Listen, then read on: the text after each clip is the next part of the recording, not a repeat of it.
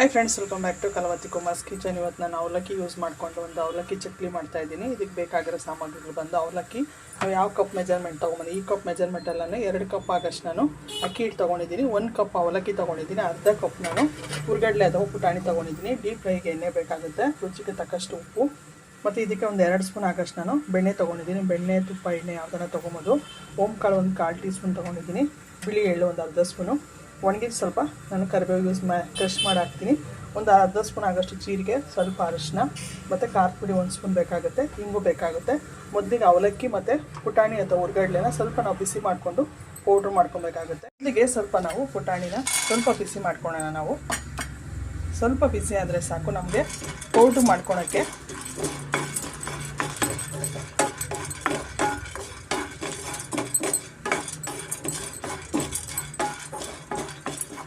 ಸ್ವಲ್ಪ ಬೆಚ್ಚಗೆ ಮಾಡಿಕೊಂಡ್ರೆ ನಮಗೆ ಸಾಕಾಗುತ್ತೆ.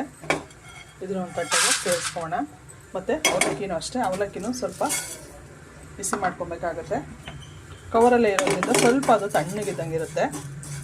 ಅದರಿಂದ ಸ್ವಲ್ಪ ನಾವು ಬಿಸಿ ಮಾಡ್ಕೊಬೇಕು. ತುಂಬ ಬಿಸಿ ಮಾಡ್ಕೊಳೋದೇನು ಬೇಡ. ಅವಲಕ್ಕಿ ಸ್ವಲ್ಪ ಬೆಚ್ಚಗಾದರೆ ಸಾಕು. ಇಲ್ಲ ಅಥವಾ ನೀವು ಬಿಸಿಲಲ್ಲಿ ಇಟ್ಕೊಂಡ್ರು ಸ್ವಲ್ಪ ಬಿಸಿಲಿಗೆ ಒಡ್ಡಿದ್ರೆ ಸಾಕು. ಸ್ವಲ್ಪ ಅದು ಸ್ವಲ್ಪ ಕ್ರಿಸ್ಮಸ್ ಗರಿಗರಿಯಾಗಿ ಬರುತ್ತೆ ಅವಲಕ್ಕಿ. ಅದರಿಂದ ಸ್ವಲ್ಪ ನಾವು ಬಿಸಿ ಮಾಡ್ಕೊಳೋದು ಇಷ್ಟ ಆದರೆ ನಮಗೆ ಸಾಕಾಗುತ್ತೆ. ಮೊದಲಿಗೆ ನಾವು ಪುಟಾಣಿನ ಪೌಡ್ರ್ ಮಾಡ್ಕೊಬೇಕಾಗತ್ತೆ. ನಂತರ ನಾವು ಅವಲಕ್ಕಿನ ಪೌಡ್ರ್ ಮಾಡ್ಕೊಳ್ಳೋಣ. ಜಾರು ಒದ್ದೆ ಇರಬಾರ್ದು. ಸ್ವಲ್ಪ ನಾನು ನುಣ್ಣಗೆ ಪೌಡ್ರ್ ಮಾಡ್ಕೊಂಡಿದ್ದೀನಿ. ಈಗ ನಾವು ಜಡಿ ಮಾಡ್ಕೊಂಬಿಡೋಣ.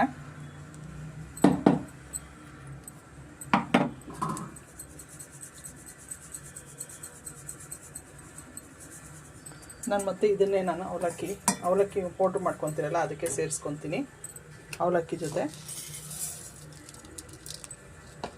ಇವಾಗ ಇದ್ರ ಜೊತೆನೇ ಸ್ವಲ್ಪ ನಾನು ಒಣಗಿದ ಕರಿಬೇವು ಸೇರಿಸ್ಕೊತಾ ಇದ್ದೀನಿ. ಅದು ಫ್ಲೇವರು ತುಂಬ ಚೆನ್ನಾಗಿರುತ್ತೆ. ಅದರಿಂದ ನಾನು ಪೌಡ್ರ್ ಮಾಡ್ತೀನಿ. ಫ್ರೆಂಡ್ಸ್, ನಾನು ಅವಲಕ್ಕಿ ಮತ್ತು ನಾನು ಕರಿಬೇವಿನ ಸೊಪ್ಪುದು ಮಿಕ್ಸಿಗೆ ಹಾಕಿ ಪೌಡ್ರ್ ಮಾಡಿಟ್ಕೊಂಡಿದ್ದೀನಿ. ನಾನು ಸ್ವಲ್ಪ ಜಡಿ ಮಾಡ್ಕೊಳ್ಳೋಣ.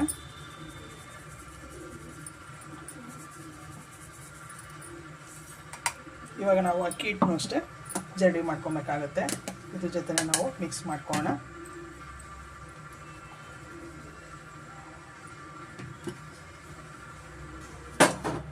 ಇವಾಗ ಇದಕ್ಕೆ ನಾವು ರುಚಿಗೆ ತಕ್ಕಷ್ಟು ಉಪ್ಪು ಸೇರಿಸ್ಕೊಳ್ಳೋಣ.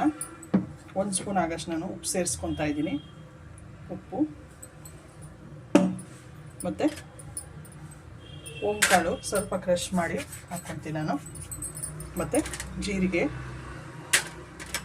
ಎಳ್ಳು, ಸ್ವಲ್ಪ ಅರಶಿನ, ಒಂದು 1/4 ಟೀ ಸ್ಪೂನ್ ಆಗಷ್ಟು, ಮತ್ತು ಇಂಗು ಸ್ವಲ್ಪ, ಮತ್ತು ಖಾರದ ಪುಡಿ 1 ಸ್ಪೂನು.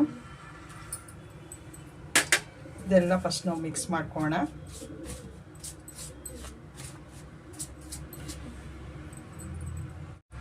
ಮಿಕ್ಸ್ ಆದ ತಕ್ಷಣ ನಾವು ಬೆಣ್ಣೆ ಇದೆಯಲ್ಲ 2 ಸ್ಪೂನು ನಾನು ಬೆಣ್ಣೆ ಸೇರಿಸ್ಕೊತಾ ಇದ್ದೀನಿ. ಬೆಣ್ಣೆ ಅಥವಾ ಎಣ್ಣೆ ನೀವು ತುಪ್ಪ ಸೇರಿಸ್ಕೊಬೋದು. ನಾನು 2 ಸ್ಪೂನ್ ಆಗಷ್ಟು ಬೆಣ್ಣೆ ಸೇರಿಸ್ಕೊಂಡು ನೀಟಾಗಿ ನಾನು ಬೆಣ್ಣೆನೆಲ್ಲ ಚೆನ್ನಾಗಿ ನಾನು ಕಲಿಸ್ಕೊತೀನಿ. ಚೆನ್ನಾಗಿ ನಾವು ಮಿಕ್ಸ್ ಮಾಡ್ಕೊಬೇಕಾಗುತ್ತೆ.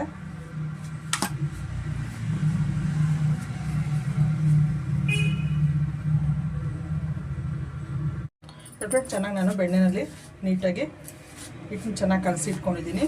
ಇವಾಗ ನಾನು ಇದಕ್ಕೆ ತಣ್ಣೀರು ಯೂಸ್ ಮಾಡ್ತಾ ಇಲ್ಲ. ಸ್ವಲ್ಪ ಬೆಚ್ಚಗಿರಬೇಕು. ತುಂಬ ಬಿಸಿನೂ ಬೇಡ, ತುಂಬ ತಣ್ಣಗೂ ಬೇಡ, ಮೀಡಿಯಮಾಗಿ ಬಿಸಿನೀರು ಹಾಕ್ಕೊಂಡು ಸ್ವಲ್ಪನೇ ನಾನು ಕಲಿಸ್ಕೊತೀನಿ. ಚಪಾತಿ ಹಿಟ್ಟಿನ ಅದಕ್ಕೆ ನಾವು ಕಲಿಸ್ಕೊಬೇಕಾಗತ್ತೆ. ಸ್ವಲ್ಪನೇ ಬ್ಯಾಚಸ್ ಹಾಕ್ಕೊಂಡು ನಾವು ನೀಟಾಗಿ ಕಲಿಸ್ಕೊಳ್ಳೋಣ.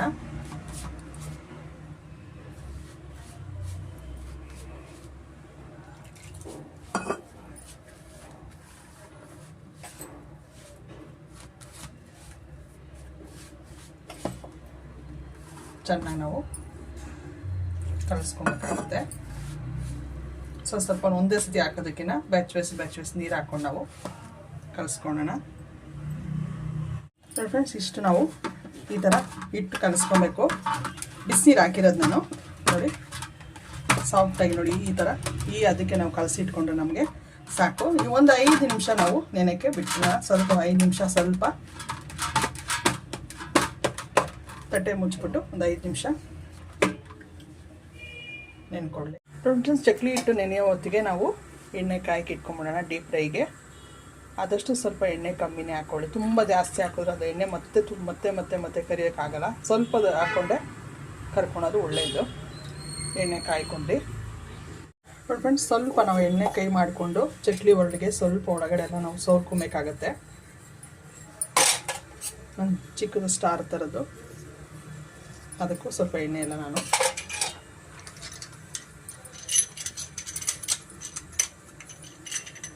ಸೌರಿ ಇಟ್ಕೊಬೇಕಾಗುತ್ತೆ.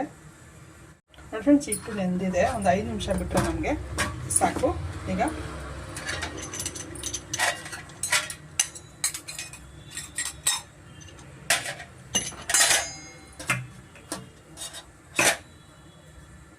ಈ ಥರ ಉದ್ದಕ್ಕೆ ನಾವು ಮಾಡಿಕೊಂಡು ಇದರೊಳಗಡೆ ನಾವು ಫಿಲ್ ಮಾಡ್ಕೊಬೇಕಾಗತ್ತೆ. ಎಷ್ಟು ಇಡಿಸುತ್ತೋ ಅಷ್ಟು ನಾವು ಫಿಲ್ ಮಾಡ್ಕೊಳ್ಳೋಣ.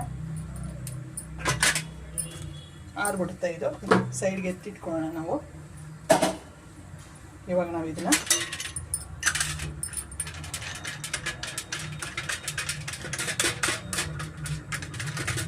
ಗಟ್ಟಿಗೆ ನಾವು ಕ್ಲೋಸ್ ಮಾಡ್ಕೊಬೇಕಾಗುತ್ತೆ.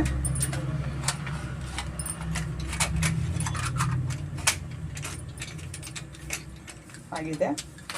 ನೀವು ಡೈರೆಕ್ಟಾಗೂ ಹಾಕ್ಬೋದು, ಇಲ್ಲಾಂದರೆ ಡೈರೆಕ್ಟ್ ಇಲ್ಲ ಒಂದು ಆಯಿಲ್ ಕವರ್ ಮೇಲೂ ಹಾಕ್ಕೊಬೋದು. ನೋಡಿ ಫ್ರೆಂಡ್ಸ್, ನಾನು ಆಯಿಲ್ ಕವರ್ ಮೇಲೆ ಚಕ್ಲಿನ ಹೊತ್ಕೊತೀನಿ ನಾನು. ನಿಮಗೆ ದೊಡ್ಡದು ಬೇಕಂದರೆ ದೊಡ್ಡದು ಹೊತ್ಕೊಬೋದು, ಸಣ್ಣದು ಬೇಕಂದರೆ ಸಣ್ಣದು ಹೊತ್ಕೊಬೋದು.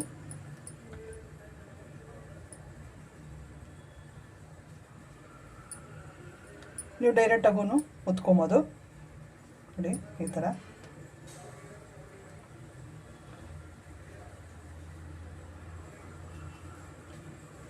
ಹೊತ್ಕೊಂಡ್ರೆ ನಮಗೆ ಸಾಕಾಗುತ್ತೆ. ನೋಡಿ ಈ ಥರ ನಾವು ಹೊತ್ತಿಟ್ಕೊಂಡಿದ್ದೀನಿ. ನೀವು ಚಿಕ್ಕದು ಬೇಕಂದ್ರೆ ಚಿಕ್ಕದು ಹೊತ್ಕೊಬೋದು, ದೊಡ್ಡದು ಬೇಕಂದರೆ ನೀವು ದೊಡ್ಡದು ಹೊತ್ಕೊಬೋದು. ಇವಾಗ ಎಣ್ಣೆಗೆ ಹಾಕ್ಕೊಳ್ಳೋಣ. ಎಣ್ಣೆ ಚೆನ್ನಾಗಿ ಕಾದಿದೆ. ಇವಾಗ ನಾನು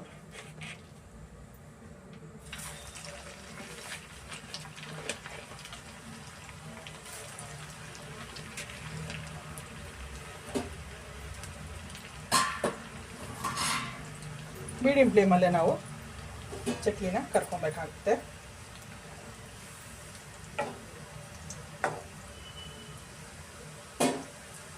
ನೀಟಾಗಿ ಮೇಲೆ ಬರುತ್ತೆ ಅದು. ನೋಡಿ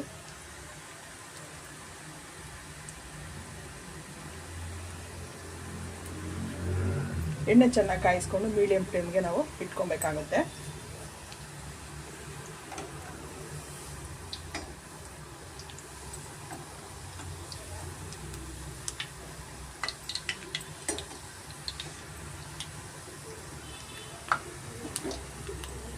ನೋಡಿ, ಎರಡು ಸೈಡು ನಾವು ಮೀಡಿಯಂ ಫ್ಲೇಮಲ್ಲಿ ಚೆನ್ನಾಗಿ ಕರ್ಕೊಬೇಕಾಗುತ್ತೆ. ಮುರಿದೋಗೋದೆಲ್ಲ ಏನಿಲ್ಲ, ತುಂಬ ಚೆನ್ನಾಗಿ ಬರುತ್ತೆ. ಮಕ್ಕಳ ಲಂಚ್ ಬಾಕ್ಸ್ಗೆಲ್ಲ ನಾವು ಹಾಕ್ಕೊಬೋದು. ಇಲ್ಲ ಸಂಜೆ ಟೈಮ್ ಮಳೆಯಲ್ಲಿ ಅಥವಾ ಸಂಜೆ ಕಾಫಿ ಟೀ ಜೊತೆ ಒಂದು ಕುರ್ಕಲಾಗಿನ ಒಂದು ಚಕ್ಲಿ ತಿನ್ಬೋದು. ನೋಡಿ ರೆಡಿಯಾಗಿದೆ ಚಕ್ಲಿ. ಚಕ್ಲಿ ರೆಡಿಯಾಗಿದೆ ಅನ್ನೋದಕ್ಕೆ ಒಳಗಡೆ ಬೊಬ್ಬಲ್ಸ್ ಬರ್ತಾ ಇರ್ತದೆ, ಅದೆಲ್ಲ ಕಮ್ಮಿ ಆದರೆ ಚಕ್ಲಿ ಬೆಂದಿದೆ ಅಂತ ಅರ್ಥ. ನೋಡಿ ಕ್ರಿಸ್ಪಿಯಾಗಿ ತುಂಬ ಚೆನ್ನಾಗಿರುತ್ತೆ. ನೀವು ಒಂದ್ಸತಿ ಟ್ರೈ ಮಾಡಿ. ಅವಲಕ್ಕಿ ಚಕ್ಲಿ ರೆಡಿಯಾಗಿದೆ. ನಾನು ಫುಲ್ ಇನ್ನೂ ಬೇರೆದೆಲ್ಲ ಮಾಡ್ಕೊತೀನಿ. ನೋಡಿ ಸೂಪರಾಗಿರುತ್ತೆ. ನೀವು ಒಂದ್ಸತಿ ಟ್ರೈ ಮಾಡಿ ಹೇಗಿದೆ ಅಂತ ಕಮೆಂಟ್ ಮಾಡಿ ತಿಳಿಸಿ. ನಿಮ್ಗೆ ಇಷ್ಟ ಆದರೆ ಲೈಕ್ ಮಾಡಿ, ಶೇರ್ ಮಾಡಿ, ಸಬ್ಸ್ಕ್ರೈಬ್ ಮಾಡಿ ಫ್ರೆಂಡ್. ಸಿಂಪಲ್ ಈಸಿ ಆಗಿರೋ ಒಂದು ಅವಲಕ್ಕಿ ಚಕ್ಲಿ ರೆಡಿಯಾಗಿದೆ. Thank you.